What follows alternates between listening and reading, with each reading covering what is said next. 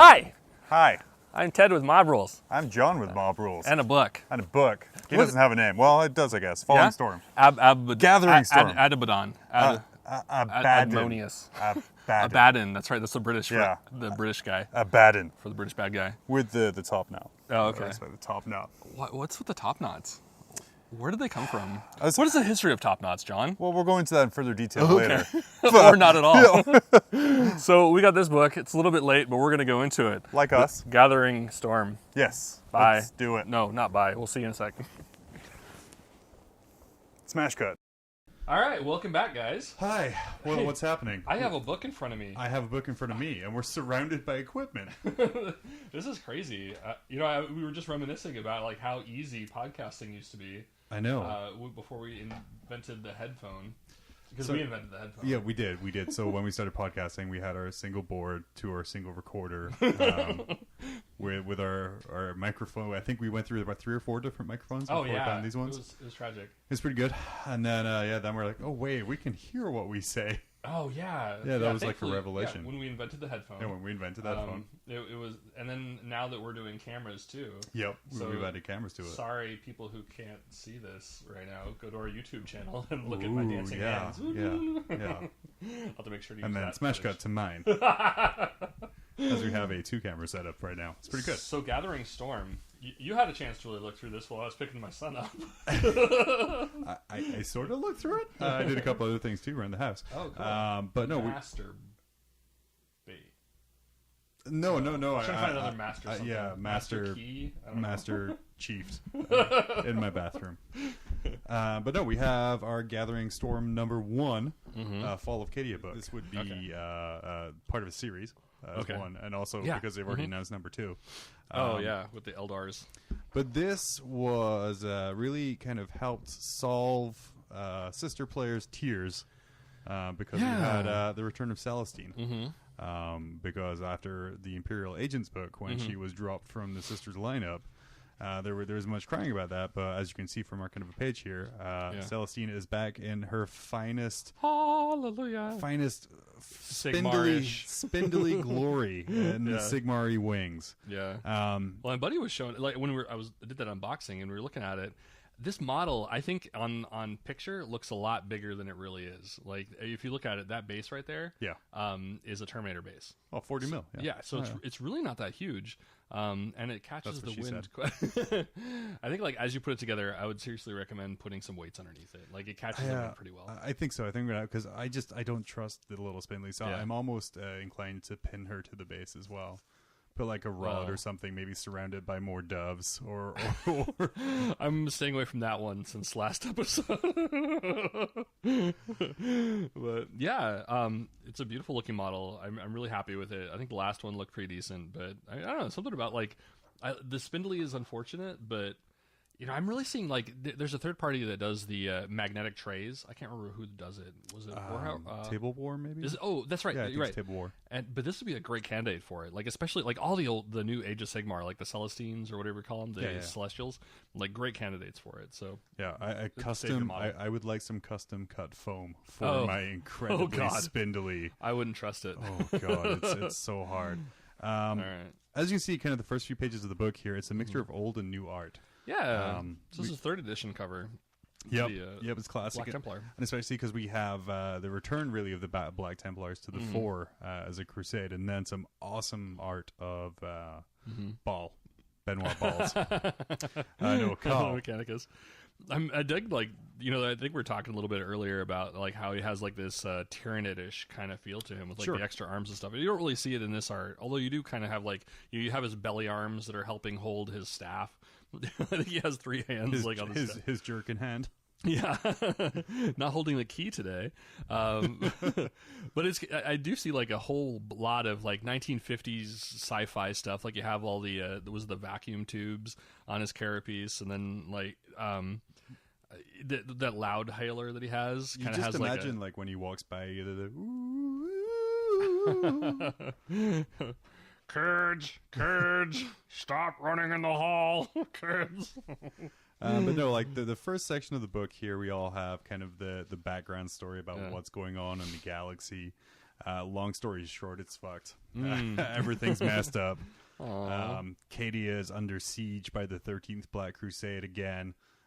Just like 2005 or whenever it was first under siege. Thankfully, that didn't last long. No, thankfully, Chaos players whipped everyone's ass, and Games Workshop was like, oh. Take backsies. Just kiddings.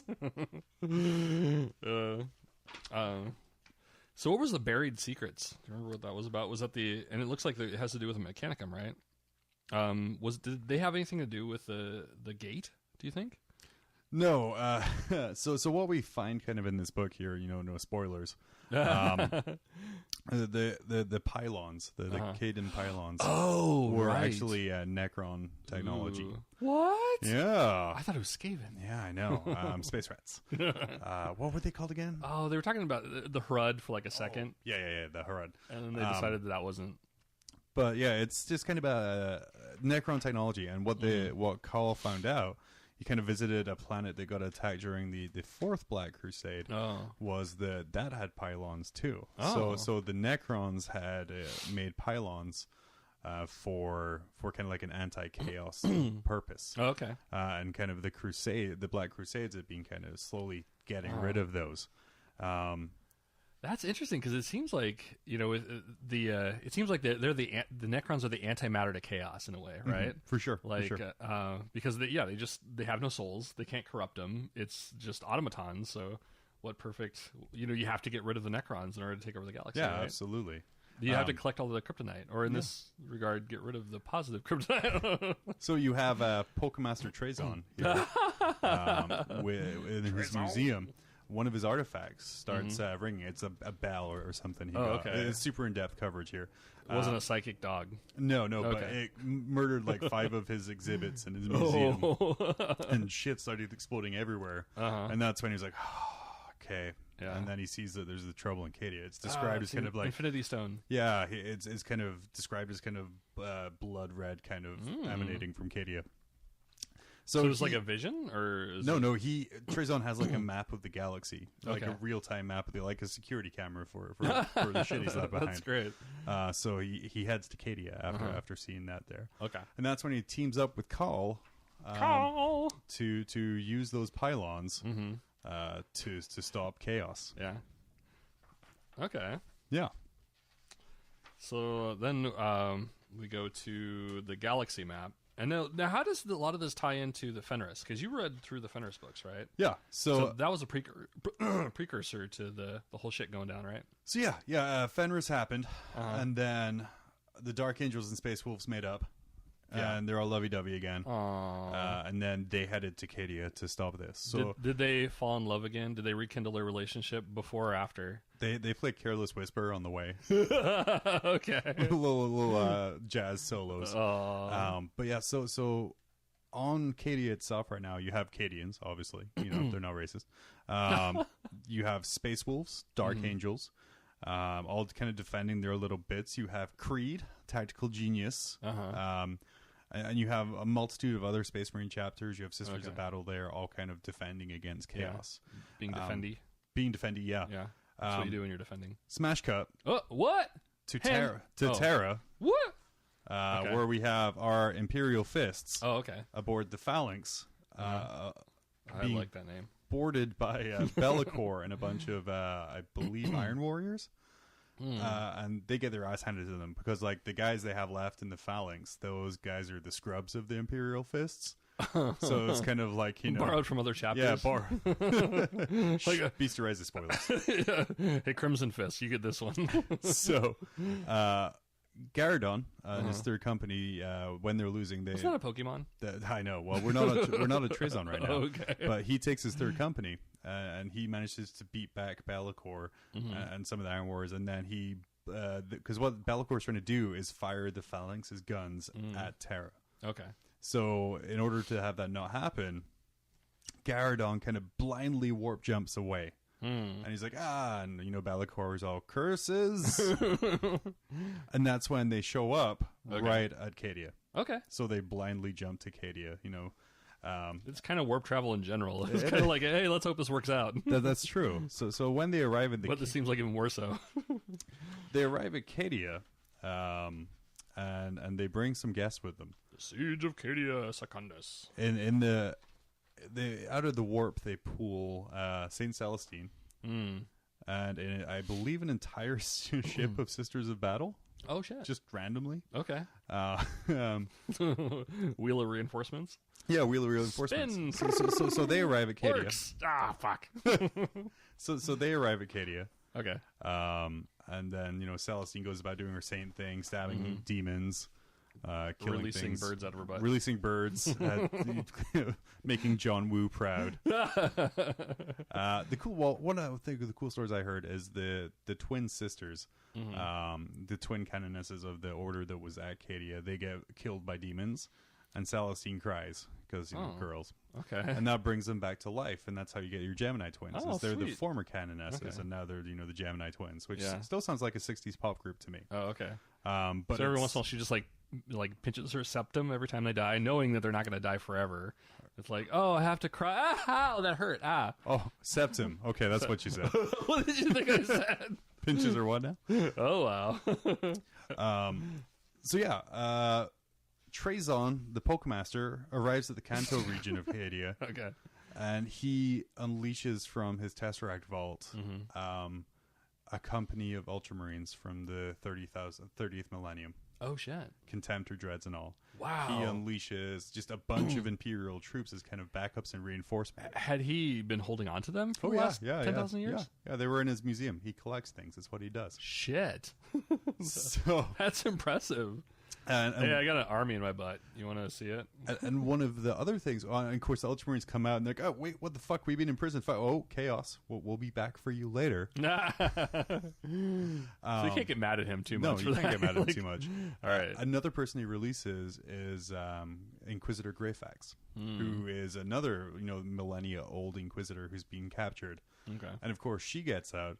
She sees kind of demons everywhere. She sees like everyone worshiping an idol of the Emperor, and of course, she's from a time where they don't worship. So she was also been there for 10,000 years, you said? I don't know if it's 10,000. It is Okay. thousands of years. She's been there for a while. Okay. Because the whole idea of worshiping the Emperor seems wrong to her and heretical.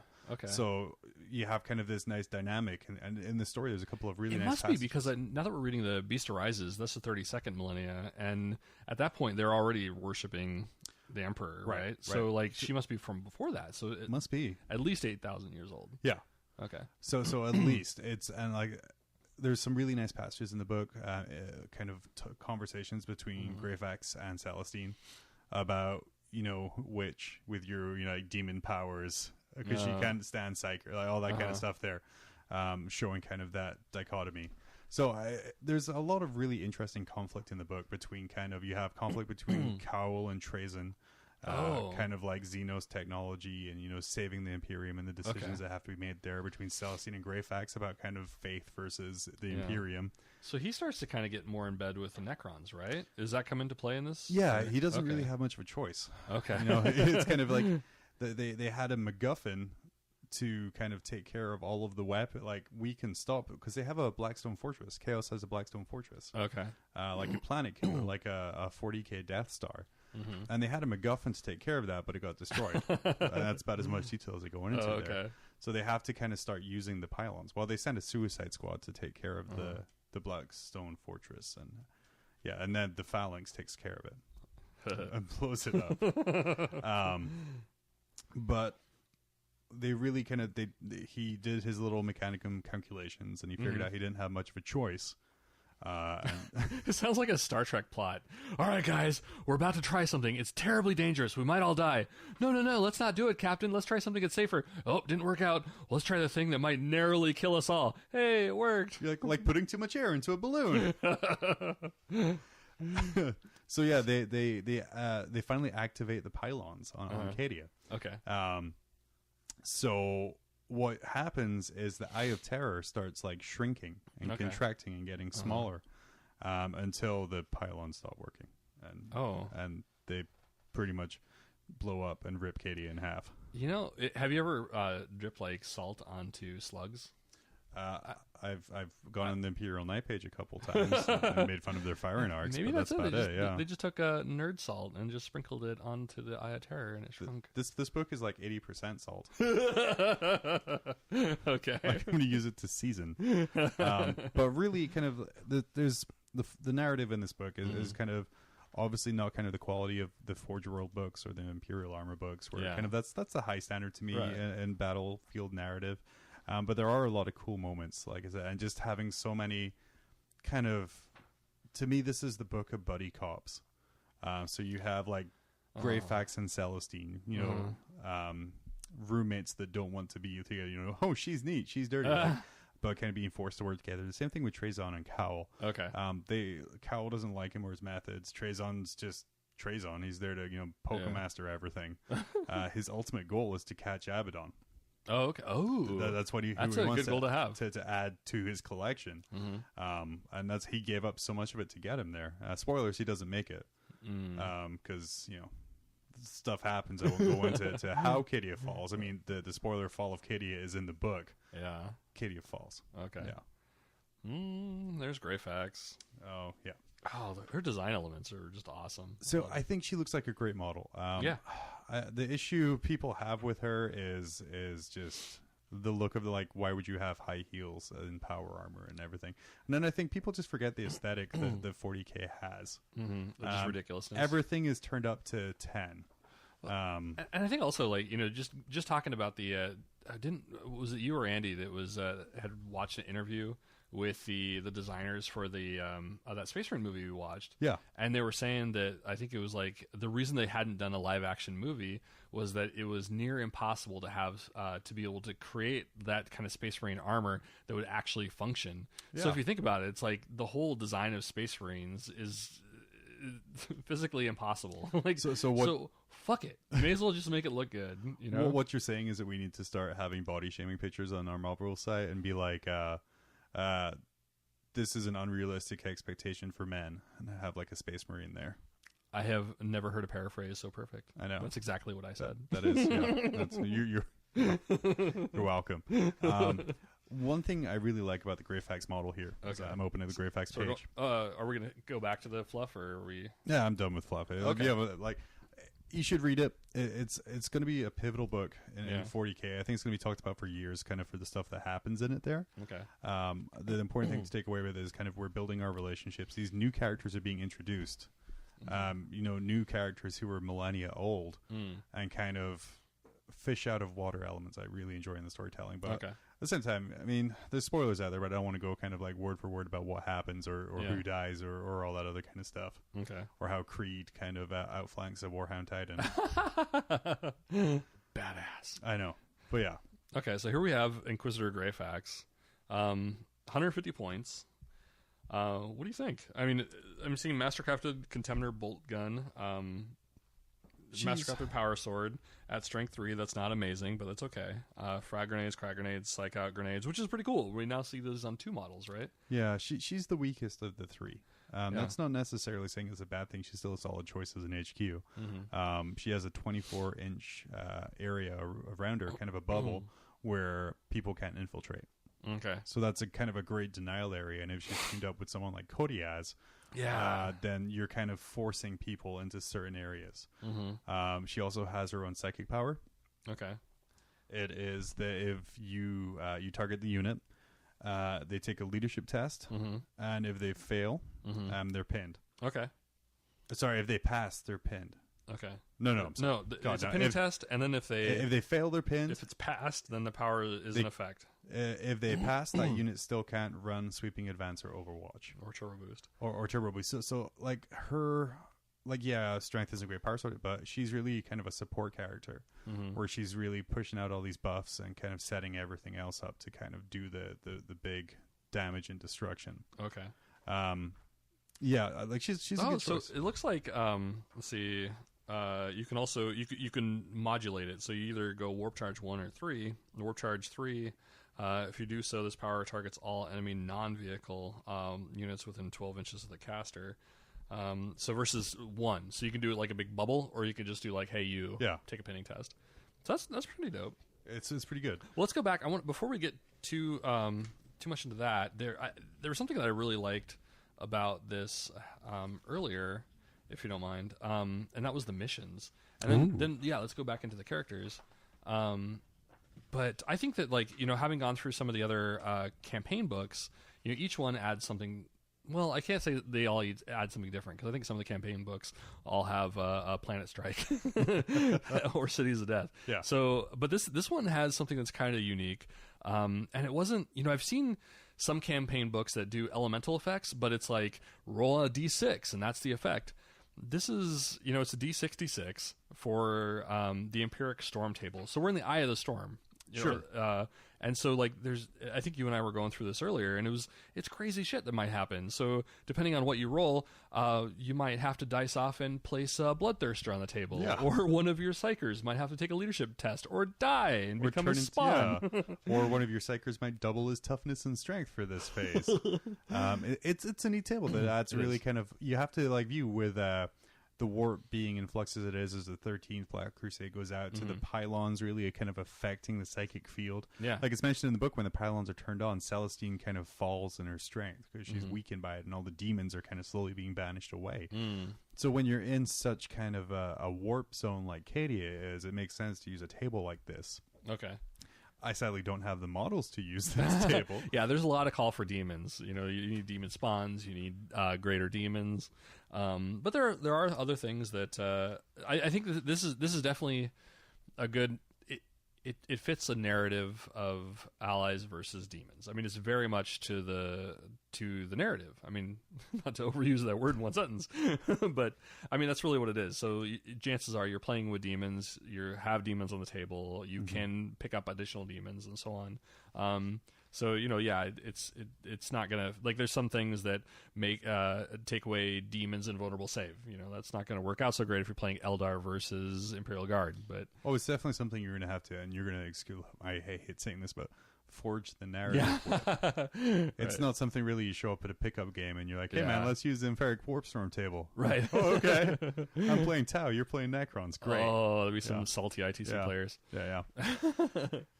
But so I thought that was really cool. Yeah, it's super cool. And like you said, is it suitable for competitive play? No, absolutely not. But for a narrative game, it's fantastic. And I hope to play a couple games with it. I'm just going to have to get some demons together first. Yeah. And the missions, I think, are pretty standard. I mean, not standard like you've seen them before, but it's relative to to what you have. I mean, a lot of them. I think there was one where Saint Celestine shows up, and everybody's rallied and fearless for the first turn. It has feel no pain, and then like the rules kind of change depending on what turn it is, and so that kind of adds a little bit of fluff to it, a little bit of flavor with an A, 2 A's. They do a really good job of kind of breaking the narrative of their books down into mission form. A little part of me wishes I understand kind of the books are broken up like fluff, mission, army rules. Part of me wishes kind of the fluff chapters or sections were broken up by missions. I think that would be kind of neat as well. So you would read up to a certain point and then, this is when this battle happens. That's true. I think the first Sanctus Reach book, they didn't do that, but it was like you go to you read the mission and they give you a synopsis at the top, which they did here, and then you go back and you can read up. I think the chapter, the name of the mission was the same as the title of the chapter, and so it was really easy to marry that. I think the second book they kind of broke it up to where they really kind of intertwined the plots a little bit more. So you had these battles, so mission 3 and mission 4, were happening simultaneously, and just on different parts of the battlefield. Like here, Durantis is fighting the orcs, doing this thing, while Captain Whitelock was running in with his stormtroopers over here. And so they ended up intertwining the story as well. But I feel you, because every time I get ready for a mission, I don't want to know the ultimate end goal of everything. I want to kind of feel it as I go, and so you want to be able to read the chapter and get hyped up for the game. To be and fair, how shitty would it be if you were okay, so you read the story and you get super hyped for it, and then you see how the battle's laid out and you get super hyped for it, and then you get your ass handed to you. And then the next page, you're like, you should have won. Yeah. Yeah. Oh, man, or a choose your own adventure campaign book, like those Steve Jackson, Ian Livingston ones. If you went and turned to page 89. Oh, yeah. Oh, those are great. And I think something that I didn't see in here that I did see in that the Sanctus Reach, and I actually don't remember if they were in other books, was kind of like a perk table. So if you won mission 4, you got to add +1 to your reserves, or depending on what you were. If you were the orcs, you got to add tank hunter to your guys, or if you're the Imperials, you got to add feel no pain or something like that. There's part of me that thinks that they put the 13th Black Crusade in players' hands before. There is no chance in hell they're doing that again. So there is no randomness or perks or benefits. Yeah. Just here's some missions. Oh, okay. Enjoy. Yeah. Go play in your basement with your friends. Say hi to your mom. Don't tell us what happened because it didn't work out last time. Okay, so now we got some data sheets. Back into the characters. So like I said, Greyfax's probably the third best character in this book, and that's not necessarily a bad thing whatsoever. She's the third character. But she's still a great character. Yeah. It's just she's not the best option. Okay. I would say the second best one here is Belsaris Cal. Oh, okay. He is kind of a supportive beast. He has his own special canicles. Okay. He can buff things up, like he can give vehicles a 4+ invulnerable save, or +3 ballistic skill, or it will not die. Yeah. I mean, it's all well and good. It will not die. Make 2 it will not die rolls for affected units instead of 1. Oh my gosh! Or 3. But here's the deal: is it going to happen very often? No, because to get that you need 8+ units with canticles. Oh, okay. With the canticles rule, so everyone's like saying the sky is falling. Imperial Knights running around with all round 4-up invulnerable saves. But if you're playing an army and you're not able to get a Mechanicus player under 8 canticle units by turn 2, then you're doing something wrong. Maybe try shooting them. So like I said, well, it's pretty good, and he is very good. He's very durable. He's tough. He's got high toughness, high wounds. He recharges D3 wounds a turn. Oh, he will not die. And he gets to re-roll his feel no pains if he fails. He's a beast stick, but his only issue is he's not as durable as Saint Celestine. Yeah. Well, I would like to point out that he is only 200 points, and for characters like that's not unheard of. So I think he gives people a lot, and probably he gives them more than what he costs. Yeah. But game changer, we'll see. You say he's only 200 points, and then you look at Celestine, who's also 200 points. Yeah. And this is going to be... Also, it will not die. I'm pretty sure she will be kind of a permanent inclusion in Death Star units in competitive play. Story-wise, she's great. She has it, whatever. But if you kind of look at it from a competitor, you have these Death Star units where you have kind of Captain Smashfucker on his bike and kind of like, the Space Marine, Super Friends. With Celestine in front, she's tanking all the shots. Okay. She has a good invulnerable. She has a 2+. Before she's wounded, you have to go through 2 of her guards, which have 2 wounds each. Who have 2 wounds each. Toughness 3, so auto cannon or assault canning them to death. Yeah, or scatter laser or whatever it is. But every turn, one of them comes back. Yeah, that's so every turn you have 2 regenerating wounds, and then Celestine herself, when you take 5 wounds and you die, she magically comes back again. And this time, it's not like you can kind of surround her so she can't be deployed. She just moves to the nearest area possible where she can't be deployed. That's really cool. So she's essentially, you're going to have 12 to 14 wounds you have to get through, and she's Eternal Warrior, so her slow toughness doesn't matter. You're going to be beating on her for a while, and it's cool. I think we're comparing her to the old Celestine, and they bumped her up to 5 wounds, so instead of 3 like she was before. So I mean, she's hard to kill in the first place. I mean, to keep killed. Yeah, she doesn't kill very well. Coming back. Man, but she's good. Yeah, she's got the only real difference now, apart from kind of the Gemini twins, is she has an orbital bombardment. Oh yeah. So and armor bane on her weapon. Armor bane on her weapon. Although she's strength 3, so yeah, up to 5. Yeah, taking out sentinels left and right. And then kind of our cover stars. Oh hey, great facts. Our Triceratops of the Imperium are kind of a formation from this. Really, the benefits of taking all 3 of them, one is 550 points, so that's a hell of a sink. Oh, yeah. But you get to use all of their warlord traits. As long as they're next to each other, right? If you choose a model from a triumvirate of the Imperial to be your warlord, as long as you, which is a no-brainer. Yeah, make one your warlord.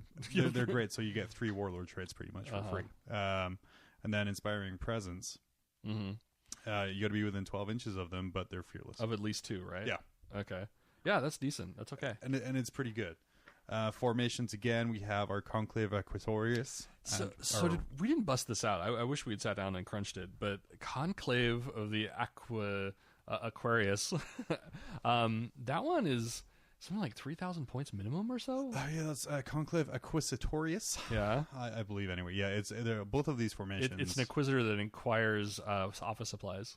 It's the Spanish it's Inquisitor Latin for office inquisitor. Both of You're the formations, taking the too many Wrathful Crusade and the Okay. Conclave, they're both super expensive points wise. Yeah. They're going to be they're almost apocalypse formations with how big it's got to be to have them. Both of them, you need to max out units in there in order to do it. And yeah, it's yeah. But let's see. Chronicles of the Omnissiah. During army selection, each character from the may upgrade one of their weapons. Okay, so everybody can have a master-crafted weapon. Yep. All your characters.